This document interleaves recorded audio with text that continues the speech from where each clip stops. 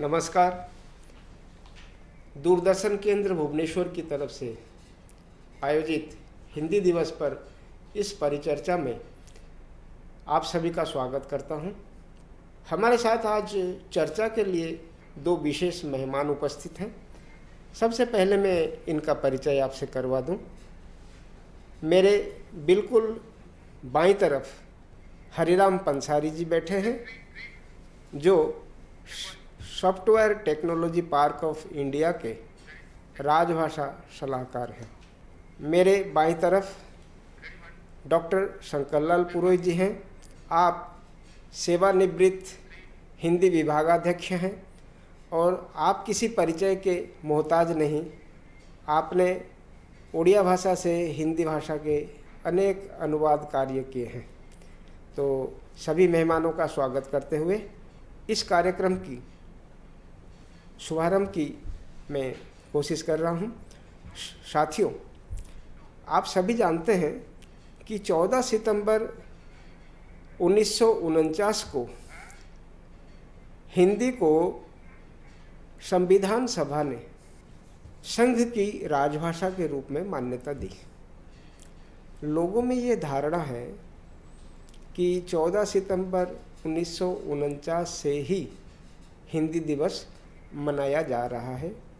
तो मैं डॉक्टर पुरोहित जी से जानना चाहूँगा, हर साल मनाए जाने वाले इस हिंदी दिवस की शुरुआत कब से हुई है, इस पे वो थोड़ा प्रकाश डालें। सबसे पहले सभी दूरदर्शन के श्रोताओं और दृष्टाओं को इस पवित्र दिवस पर शुभकामनाएं दूंगा।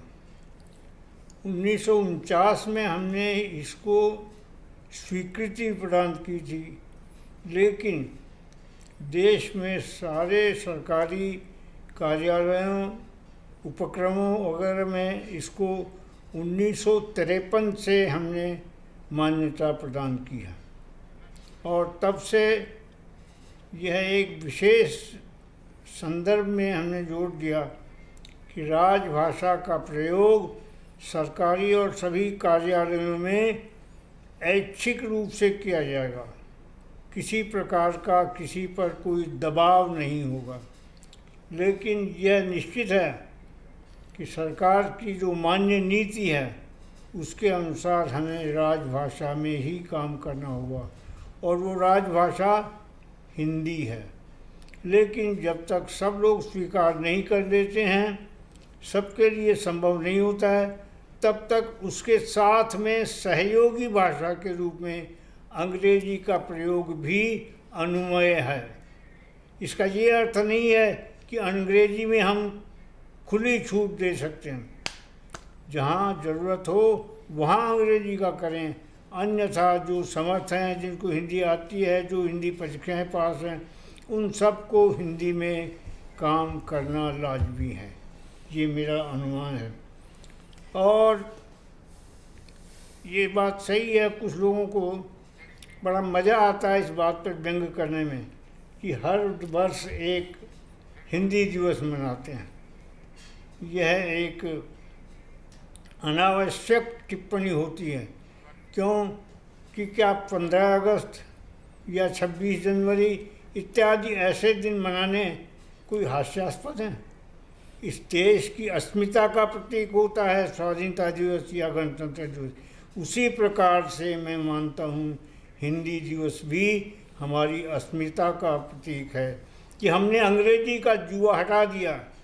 आपको पता है, जिस दिन राजभाषा में हिंदी को लिया उस दिन हमारे पास एक चिट्ठी लिखने लायक भी अंग्रेजी हिंदी की भाषा नहीं है। लेकिन हमारे कार्यकर्ताओं ने, इन लाखों कर्मचारियों ने मेहनत करके, कुछ कमेटियों ने हिंदी की वो भाषा तैयार की। हिंदी की शब्दावली, आपको पता है एक शब्दावली आयोग बना जिसमें आज 16 लाख शब्द हैं। जब बना तब 16,000 भी नहीं थे जो कि प्रयोग में लाए जा सकते हैं। यद्यपि इनमें कुछ कठिनाइयाँ आ सकती हैं, कुछ कठिन शब्द भी हो सकते हैं, कुछ शब्दों की संशोधन की। ये तो एक निर्माण की प्रक्रिया है जो हमेशा चलती रहती है। संविधान में भी हमने इस बीच में 60-70 संशोधन किए हैं। तो राजभाषा के प्रावधानों में संशोधन करना कोई बड़ी बात नहीं है, लेकिन बड़ी बात है हमारी सब कर्मचारियों की, काम करने वालों की मानसिकता में जब ले लेंगे कि हमें गुलामी से जैसे मुक्त होना पड़ा, हम सब ने शारीरिक नहीं मानसिक अंग्रेजी गुलामी हटाई, उसी तरह से सरकारी कामकाज में भी इस गुलामी से दूर होने की जिस दिन सोच लेंगे, उस दिन समझ लीजिए कि हिंदी दिवस सारे देश में अपने आप मनाया जा रहा है। धन्यवाद पुरोहित जी, आपने बिल्कुल सही कहा कि सरकारें केवल नियम बनाती हैं और इनका प्रयोग जो है वो हम नागरिकों पर निर्भर करता है। आप बिल्कुल सही फरमा रहे हैं। अब मेरा हरिराम जी से जानना है कि जैसा बता रहे थे पुरोहित जी, हिंदी की लोकप्रियता बढ़ रही है, तो आप थोड़ा इस पे प्रकाश डालें कि विश्व में आज हिंदी की क्या स्थिति है और इसे आप किस तरह से देखते हैं। जहाँ तक हिंदी की विश्व में स्थिति का प्रश्न है, संसार भर के करीबन 80 विश्वविद्यालयों में हिंदी विभाग हैं और हिंदी में स्नातकोत्तर स्तर तक की पढ़ाई जाती है। पूरे विश्व में हिंदी बोलने वालों की स्थिति को देखते हुए हिंदी को विश्व की 7वीं सबसे ज़्यादा बोलने वाली भाषा माना गया है। भारत सरकार के द्वारा प्रयास यह भी किया जा रहा है, संयुक्त राष्ट्र संघ की जो 6 आधिकारिक भाषाएं हैं, 7वीं आधिकारिक भाषा के रूप में हिंदी को भी मान्यता दिलाई जाए। इसके लिए सभी तकनीकी आवश्यकताओं की पूर्ति की जा रही है। करीबन 125 से ज़्यादा देशों का समर्थन मिल चुका है।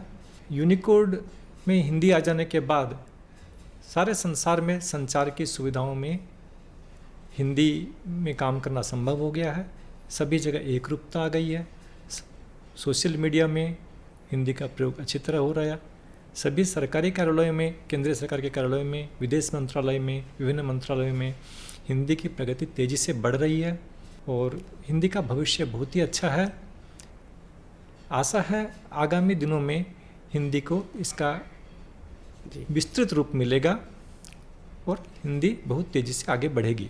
जी, धन्यवाद पंसारी जी, आपने वैश्विक स्तर पर हिंदी की वर्तमान स्थिति के बारे में जानकारी दी।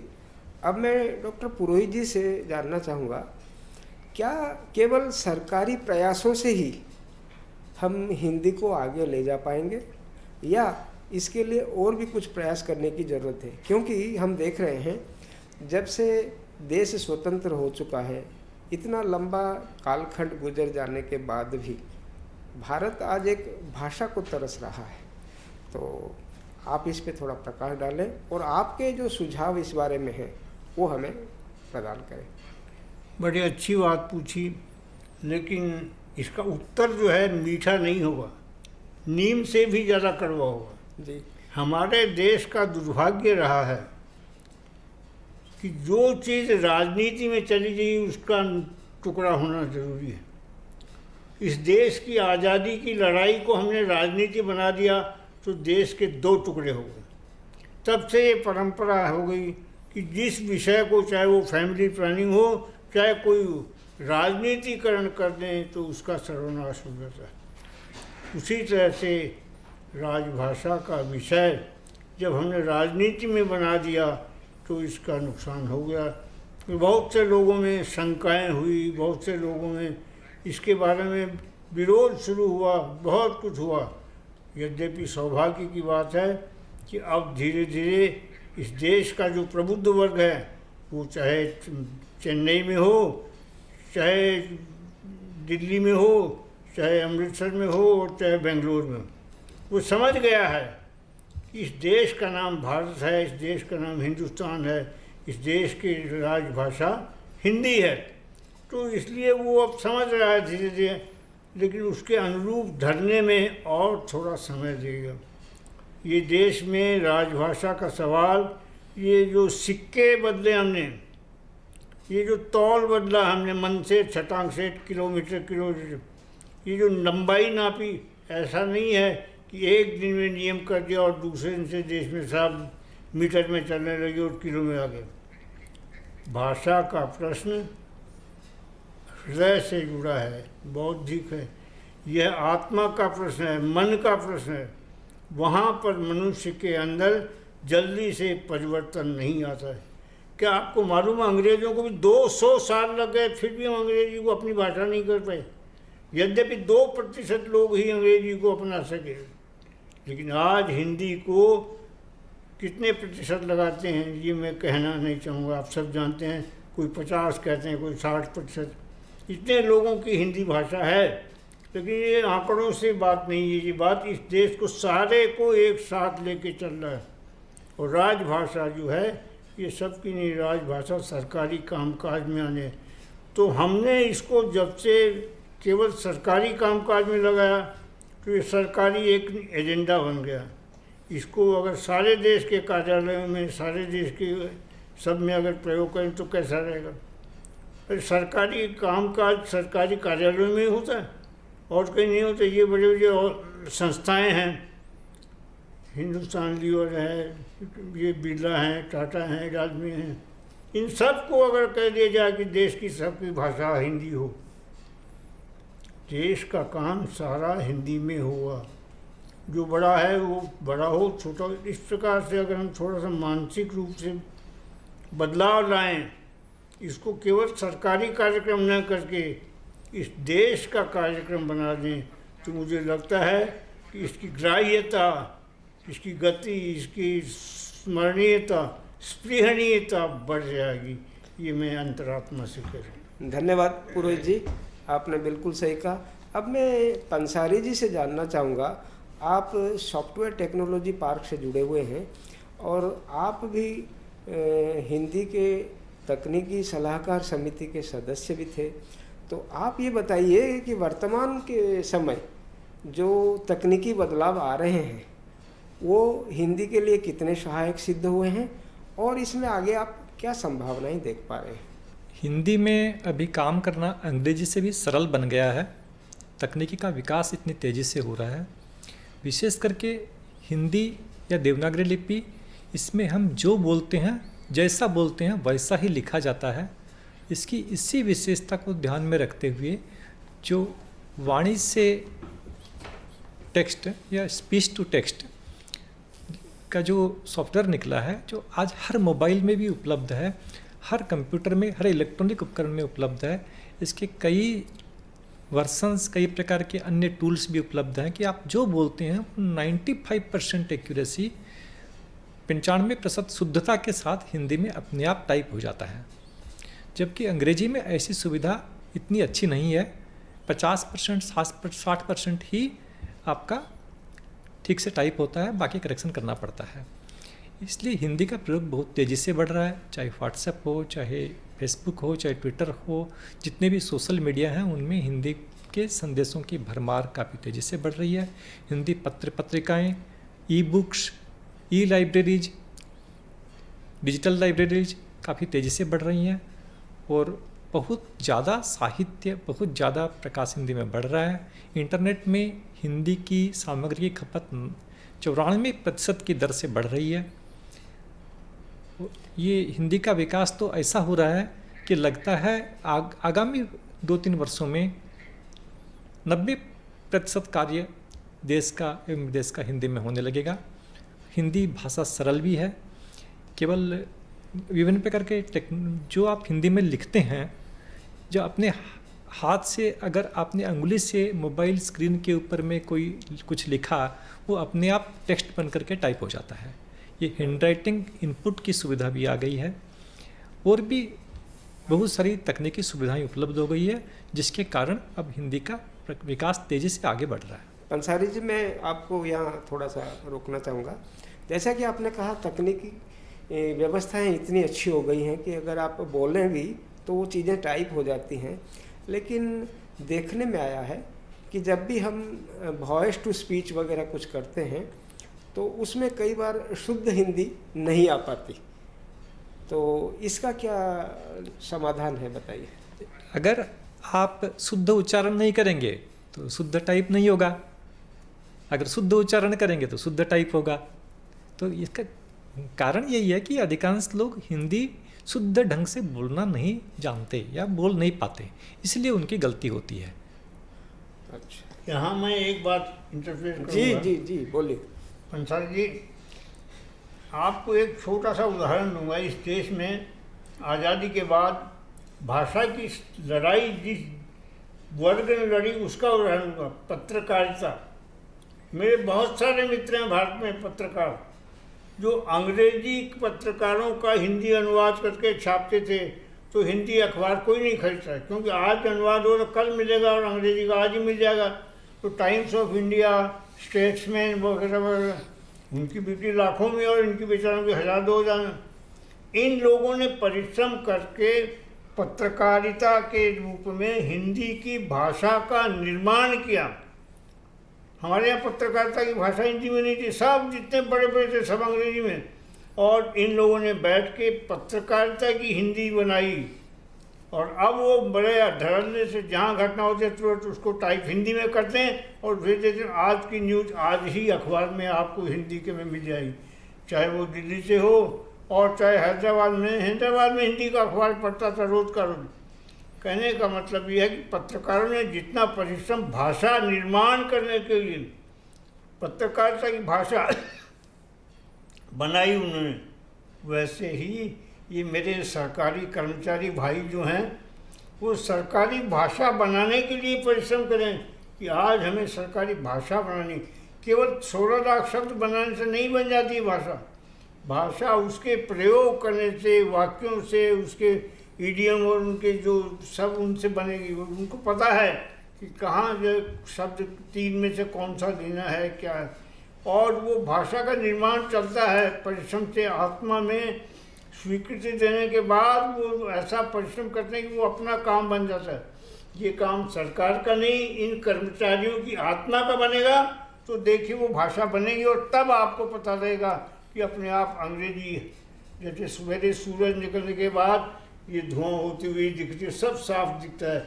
इस देश की संस्कृति, कला, परंपरा सब कुछ इन कर्मचारियों के द्वारा सब स्पष्ट हो जाएगी और लगेगा कि सरकारी कर्मचारी सरकार के नहीं, जनता के, इस देश के लोगों के लिए काम कर रहे हैं। जी पुरोहित जी, बहुत बहुत धन्यवाद। आपने बहुत बिल्कुल दिल को छू जाने वाली बात कही कि केवल नियम बना देने से इस तरह से काम नहीं चलने वाला है। जब तक कर्मचारी इसे अपने खुद के भाषा, खुद का कार्य मान के नहीं काम करेंगे, तब तक कुछ होने वाला नहीं है। अब मैं पंसारी जी से जानना चाहूँगा, भारत सरकार की एक नीति है कि राजभाषा का प्रयोग हम प्रोत्साहन, पुरस्कार और इस तरह से लोगों को थोप कर नहीं, क्योंकि भारत एक बहुभाषी देश है, इसीलिए आप थोड़ा इस पे प्रकाश डालिए कि भारत सरकार हिंदी के बढ़ावा देने के लिए सरकारी स्तर पर क्या पुरस्कार देती है और गैर सरकारी स्तर पर भी क्या क्या पुरस्कार देती है, इस पे थोड़ा प्रकाश डालिए।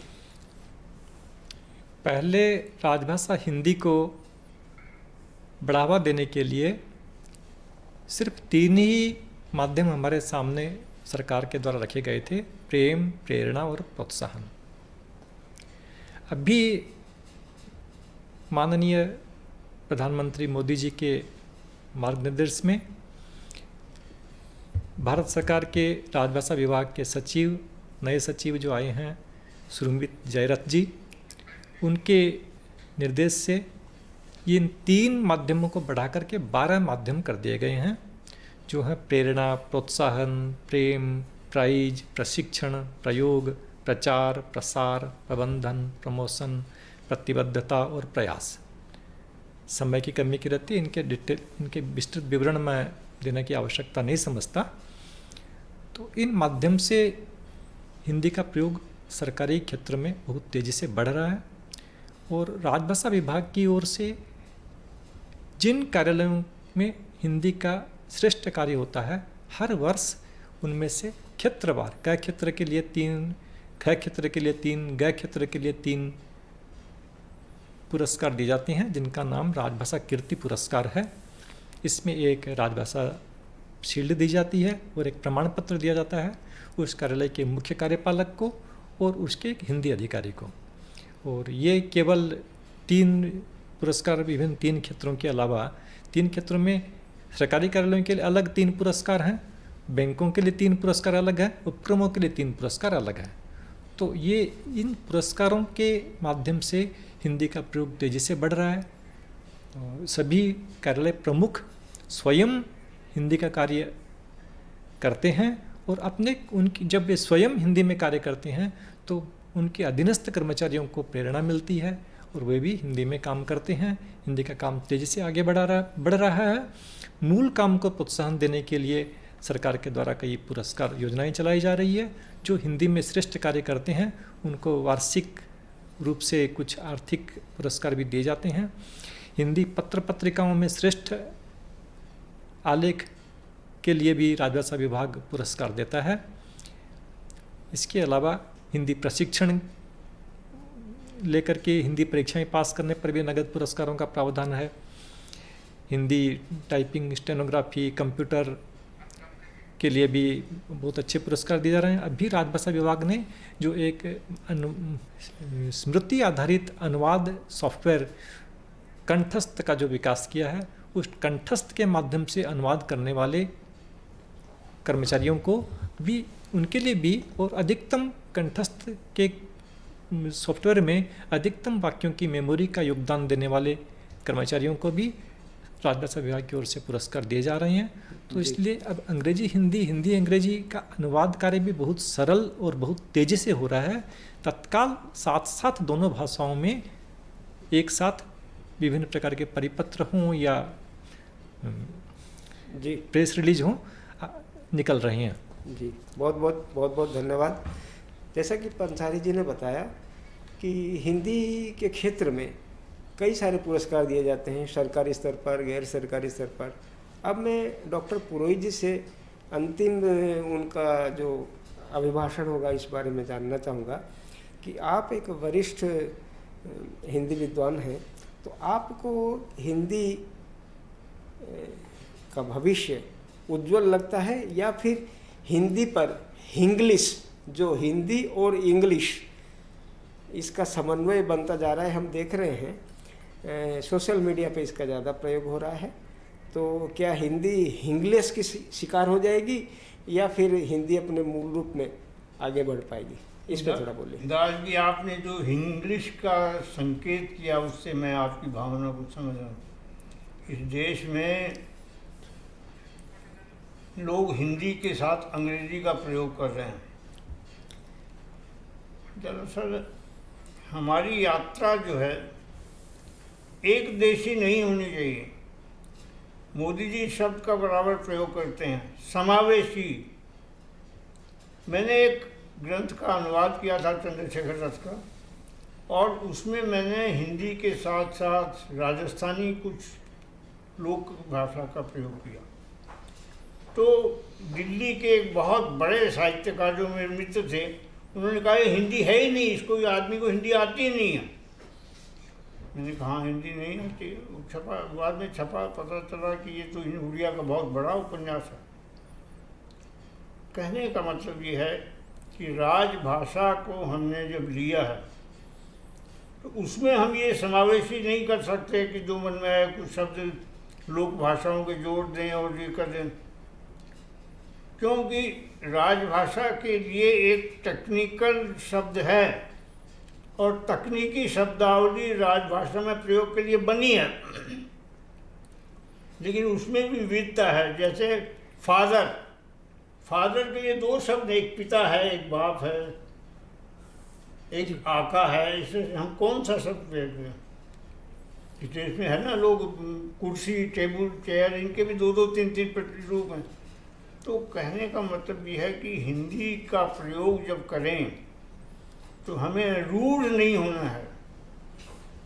हिंदी, मैं आपको बता दूं, शुरू से प्रेम की भाषा रही है। जब भी मुझे बोलना होता है, इसकी आरंभ जो प्रेम से, वो उस प्रेम का दोहा जरूर मैं कहता हूँ।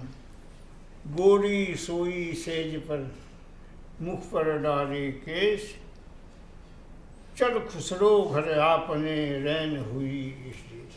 खुसरो से हिंदी शुरू होती है, जो प्रेम की भाषा है। तो आज हम हिंदी को ज़बरदस्ती कैसे कर सकते हैं? कानून कायदे लठ लगा के जो हिंदी का ठीक से प्रयोग नहीं करे उसको दंड देकर, दंड विधान हिंदी के लिए कहीं नहीं है।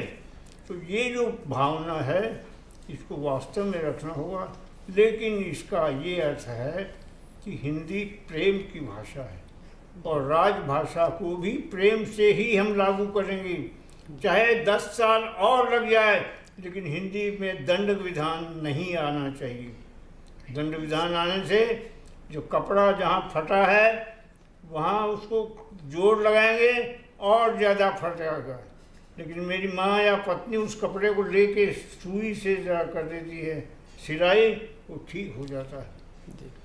मित्रों, जूता जो पहनता है उसको दर्द कहाँ होता है वो पहनने वाला जानता है।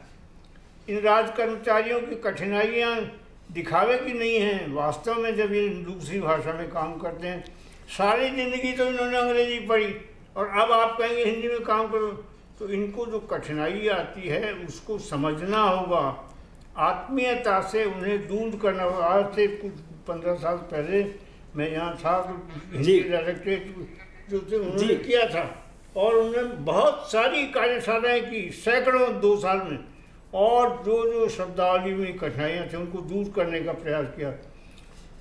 हाथ में लेक्सिकन बनाए, कुछ हाथ में उनके टेबल पर रखने के लिए, प्रयोग करने के लिए काम की किताबें बनाई। बिल्कुल सही पूरे जी। कठिनाइयाँ समझ कर करेंगे तो उनकी आत्मीयता से समझेंगे, तो वे भी आपकी हिंदी को आत्मीयता से ग्रहण करेंगे। जी। तुम मुझे आप कहोगे तो मैं कहूँ जी कहूँगा, और तुम मुझे साला कहो तो मैं हरामी कहूँगा। जी, ये तो हिंदी का नियम है। हमें प्रेम से कहेंगे तो निश्चित रूप से कर्मचारियों से प्रेम भावना मिली। तो हिंदी का जो ये नियम है ये प्रेम से, और ये जो परंपरा है, मैं सोचता हूँ कोई बुरा नहीं हिंदी को, लेकिन इतना है कि अब समय 70 साल हो गया तो लोगों को लगता है उनके विश्व में आज के दिन बहुत तेज़ी से प्रगति हो रही है, हरिराम जानता है। ये तेज़ी को देखते हुए लगता है कि हमारी प्रगति जो है कम है। लेकिन मित्रों, अर्जुन की बात याद है आपको? कर्ण का तीर से अर्जुन का रथ 5 फुट सर जाता था, और अर्जुन के रथ से कर्ण का रथ 3-6 फुट। तो कर्ण की बड़ाई करते थे। बिल्कुल बिल्कुल बिल्कुल सही, आपने इसको बिल्कुल एक अलग दिशा की तरफ ले जाने की कोशिश की है, लेकिन हम क्या करें, समय की हमारे पास में एक बंदिश है और इस कार्यक्रम के लिए हमारे पास इतना ही समय था। मैं हमारे मेहमानों का शुक्रिया अदा करूंगा कि इन्होंने आज हिंदी की वर्तमान स्थिति पर चर्चा की और हिंदी किस तरह से आगे बढ़ेगी, उसके लिए क्या क्या साधन संसाधन मौजूद हैं, और दोनों ही विद्वान हमारे यहाँ पे आज उपस्थित थे। मुझे आशा है आप लोग इनके जो सुझाव हैं वो आपको पसंद आएंगे और हिंदी भाषा आगे बढ़े, यही हमारे लिए बहुत शुभकामना। तो आप सभी का पुनः धन्यवाद करते हुए आप सबसे विदा लेते हैं। नमस्कार। नमस्कार। नमस्कार।